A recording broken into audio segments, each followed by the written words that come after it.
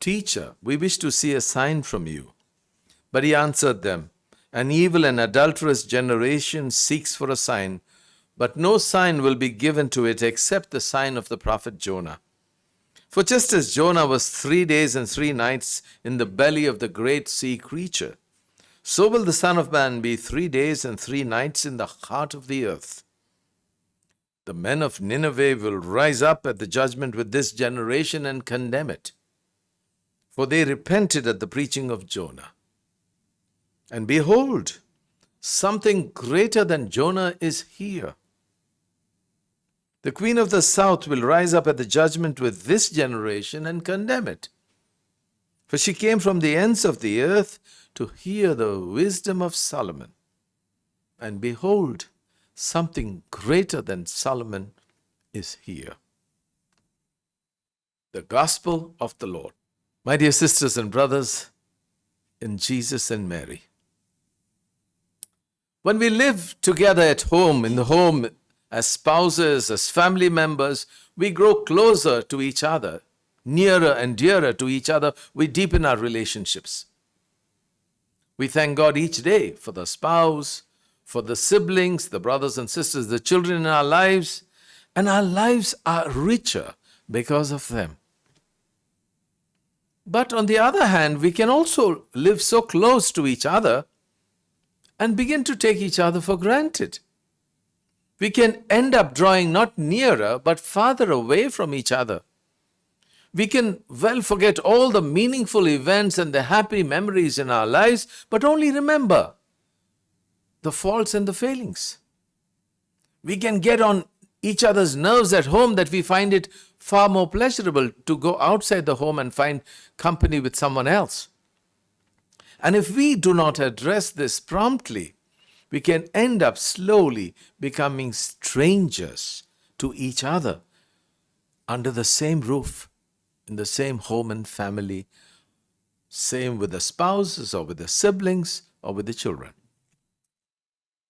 I would like to spell all this out further in the light of the readings that we have just heard. The first reading is taken from the prophet Micah, who lived about 8 centuries before Christ. Now, we often hear about the 3 major prophets, Isaiah, Jeremiah, Ezekiel. But there are also 12 minor prophets. Prophets like Joel and Jonah, and of course, the one we've heard today, Micah.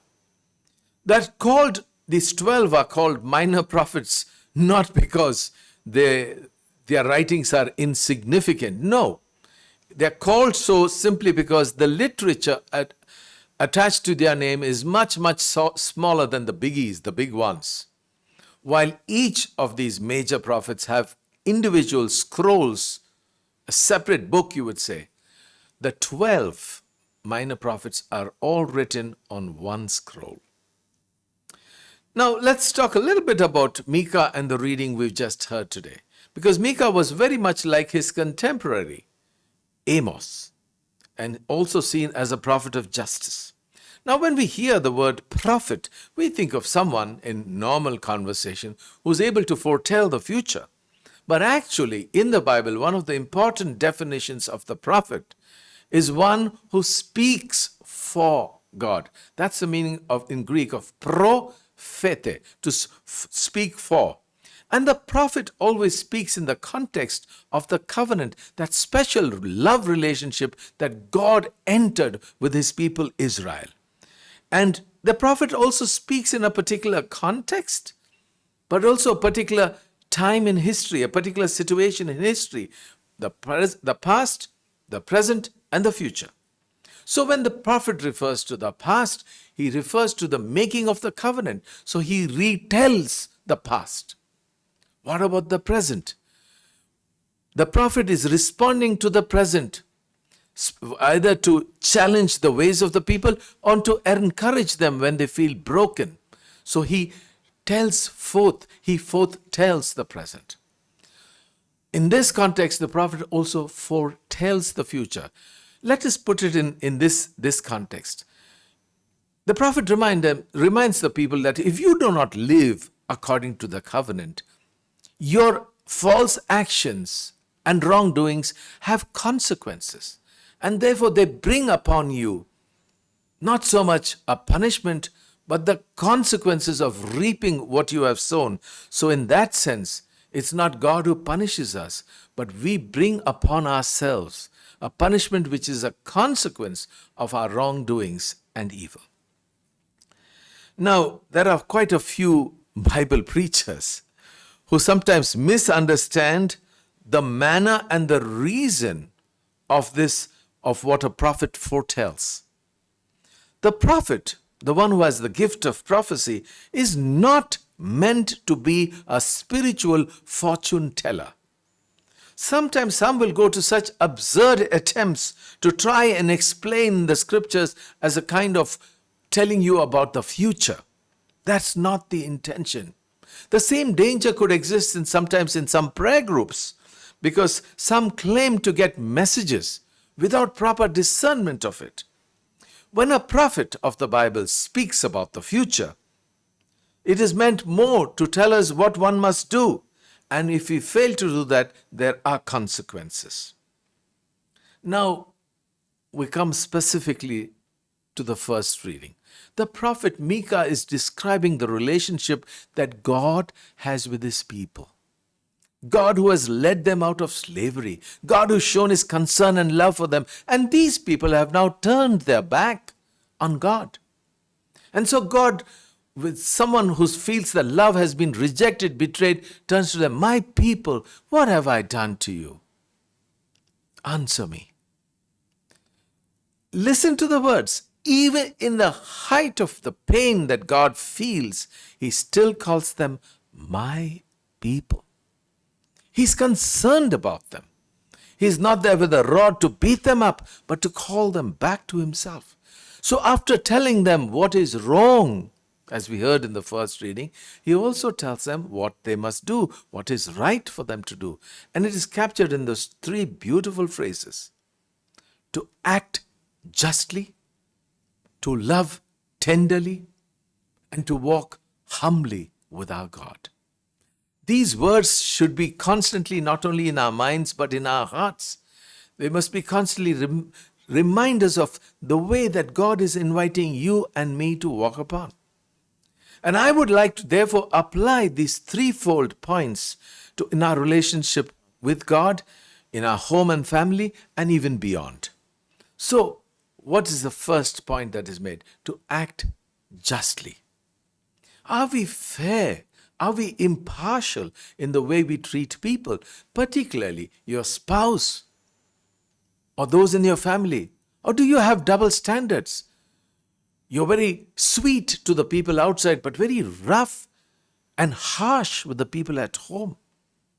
Do we treat children with fairness, with impartiality? In some cultures, the male child, the boy, is always treated on a higher pedestal than the girl child. Act justly. How do we treat if we have domestic help at home? Workers, employees who rely on us, do we treat them with just ways?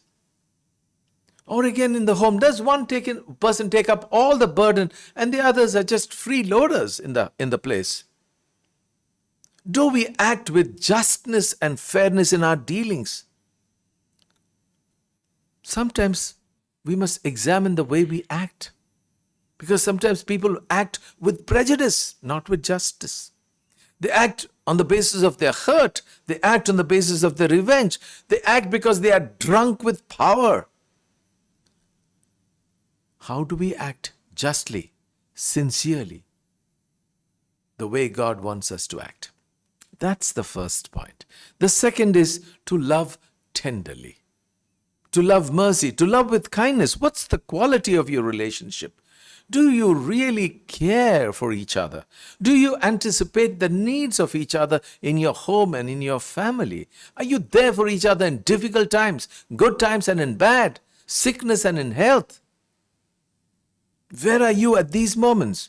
Do you refuse to take each other for granted by your attentiveness? And I'm sure so many of you do it and do it well. But there are sometimes we can pull on a long face, a sour look, an angry disposition. that tenderness just goes out of the window. Do we act with mercy and kindness? How does that translate, especially in concrete actions and gestures in your home and in your family? So, act justly, love tenderly, and the third one is to walk humbly with your God. We have been reflecting, especially in the context of the Mass today, of marriage and family life. Marriage is a relationship of equals, not dominance, but equality, not putting down, but building up each other.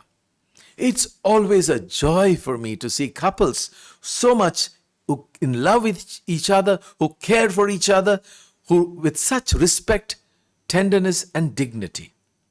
And this happens when each one walks humbly and refuses to allow pride or a false sense of superiority, which can really destroy a marriage. Sometimes you can get some couples where one of the spouses is so arrogant, so self-righteous, so egoistic, so controlling, manipulating, and dominating. Some are such utter narcissists. They think that the whole world revolves around them. They expect their spouse to stand in awe and reverence before them. Their opinion only matters. Their voice only counts. The spouse at the receiving end of such an arrogant partner should not be a doormat with the cruel treatment of the spouse. It is not acceptable in society. It's not acceptable for the church. And so we are reminded, act justly, love tenderly, and walk humbly with your God. Walk humbly as Jesus says, learn from me, for I am meek and humble of heart. Now in the gospel, what we have heard is the teachers of the law come to ask Jesus looking for a sign. But if you read the texts that come before that, all the while there have been a variety of signs. But for them who have doubts in Jesus, who refuse to trust in Him, those signs are never enough. We must ensure that the same disease of suspicion and mistrust does not affect our relationships and your marriages. When there is a breakdown of trusts, then doubt steps in. I can never tire of saying this as often as I can.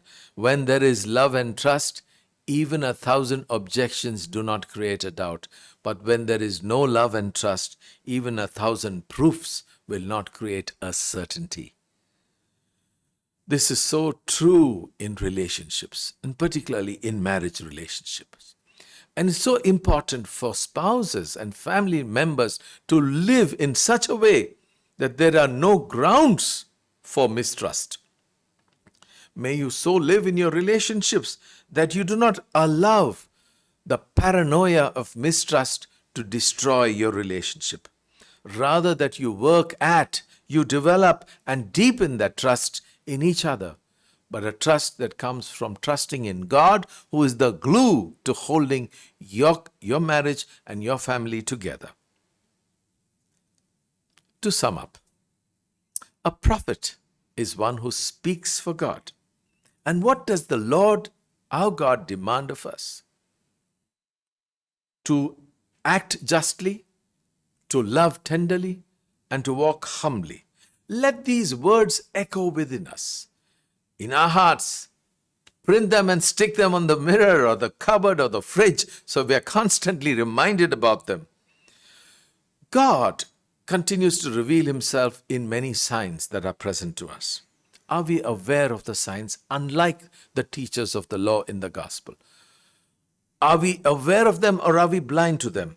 When we show tenderness, humility, and justice, we are signs of God's presence to each other and to the world. Do we recognize that? Do we have the eyes of faith? So let us therefore be sensitive to this presence. The bread and wine are soon going to become the body and blood of Jesus, signs of the Lord's presence. And it is the same Jesus that gives us the grace, the strength, and the courage to act justly, to love tenderly, and to walk humbly with our God. So may it be in your life and in mine.